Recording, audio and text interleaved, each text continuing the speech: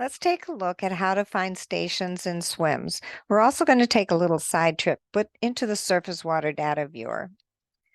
So to find the stations, you're going to start with the Station tab, open it up and click on Find.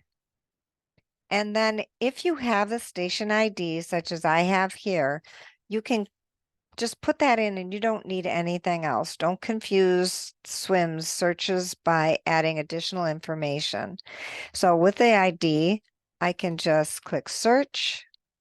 This gives me the station. I can click on this ID number and that gives me the actual profile. So it looks very similar to other profiles in SWIMS. You've got a lot of information on the top part. And in this case, it's all locational information. So you've got the latitude and longitude, where it is in the watersheds, who requested it, the ecoplane, etc. And then down below the green bar, each item you click on will give you related information. So here's some fieldwork events that were done at this site.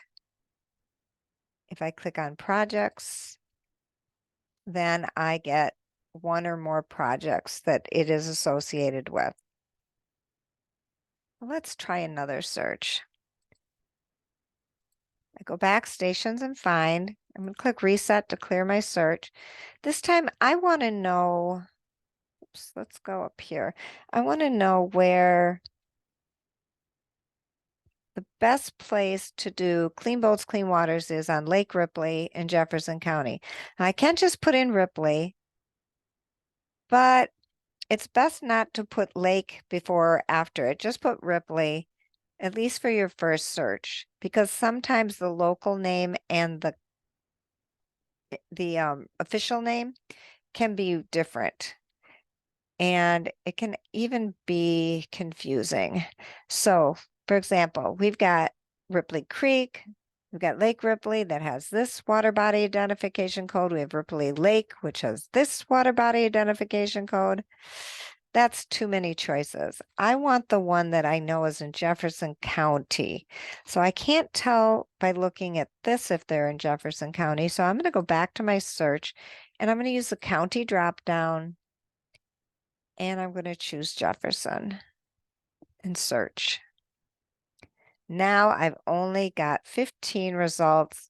If I look at the water body identification code, they're all the same. So we're in the right spot. Now, if I want to do Clean Boats, Clean Waters, I need to look for the access points, or as are listed by station type, boat landings. I see Forested Road is listed as inactive, so that leaves me Marina Road and North Island Road. If I click on Marina Road, using their ID number, I get the location. I can even open the surface water data viewer to see exactly where it's at.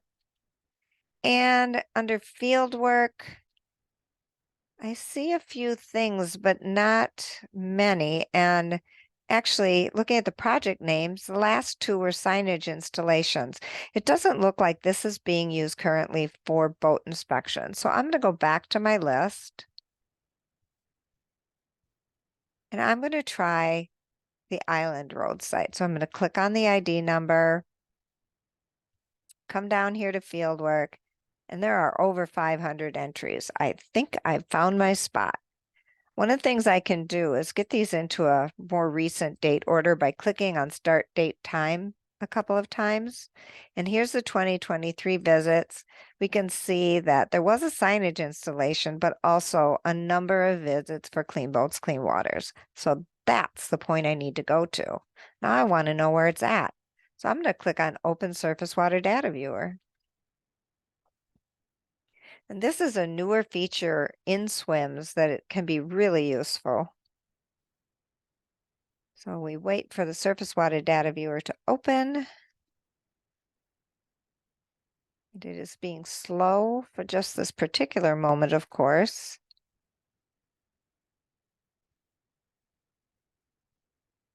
There we go. All right, and then in a moment, it should scroll into the lake and the exact point. So it's right here. If I scroll out, I can see, okay, I take Highway 12 onto Island Road, and I can find my location. And I can go out further if I'm traveling from further afar.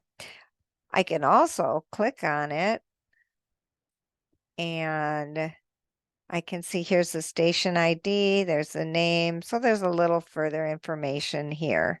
I can even get a link to monitoring data if I choose to look at that. Now you can see we have lots of other things here. So this is actually another place you might find some information to help you with your search. Let's say I want to know what the full lake station is. I could click on Find Data on the map after right-clicking on it. Then Lakes and Open Water. That tells me that it's Lake Ripley and the correct WBIC or Water Body Identification Code. I can go back by clicking this arrow and see the specific station information for the lake. And if I click on that, I have the station ID, the name, and here it calls it Ripley Lake. So there's some of that confusion. And this has the earliest fieldwork of 1953. Very interesting. All right, let's go back over to SWIMS. And we're going to go back again to our search results and look at a couple other things here. So I was just looking at the area station. If you go down feature type, you got all of these are points until you get to this last one. That's area. That is for the entire lake. I know it's correct, even though the name being used is switched. The official name actually is Lake Ripley, and it does have the same water body identification code, so we're good to go. If you are doing AIS monitoring, such as an early detection survey, this is the station that you would use because you're going around the entire lake. Another station people often need to know is for Citizen Lake Monitoring Network, or if you are helping out your DNR staff by going out to do the water sampling, that needs to be done at the Lake Ripley deep hole or station type lake deepest spot. That is listed this way quite clearly. So you can click on this number that takes you to the page. And here, this is very handy. You're going to need that GPS point in order to navigate to the right spot. So you've got your latitude and your longitude right there on the station page. So that's basically searches in SWIMS for stations, but let's go back to the Surface Water Data Viewer while we're here. And let's say that you have an AIS report and you need to know if there is an existing station. You know, because you know your area, where that is, and you're just going to scroll in. So I was told that we've got a new Phragmites occurrence at Hope Lake Road along Rock Creek, and it's right here. And looky there, it actually has a station. So I can right-click on it, click on Find Data on the map. I can click on the station name over here on the left, and here's the station ID.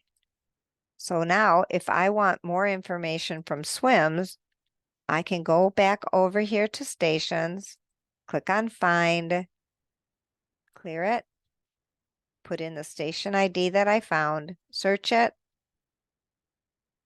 and now I have more information. And it looks like that just happens to be a wave site.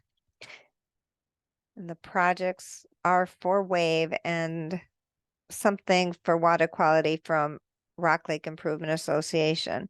So there hasn't been any reported Phragmites here. So if I'm going to do an AIS incident report, this is a station that I would be able to use for that. There's more exploring you can do with the Surface Water Data Viewer. We'll cover that in videos or other education on the mapping and the viewers. If you have any questions, please contact your DNR AIS biologist, the SWIMS help team, or your statewide program coordinator if it's program specific.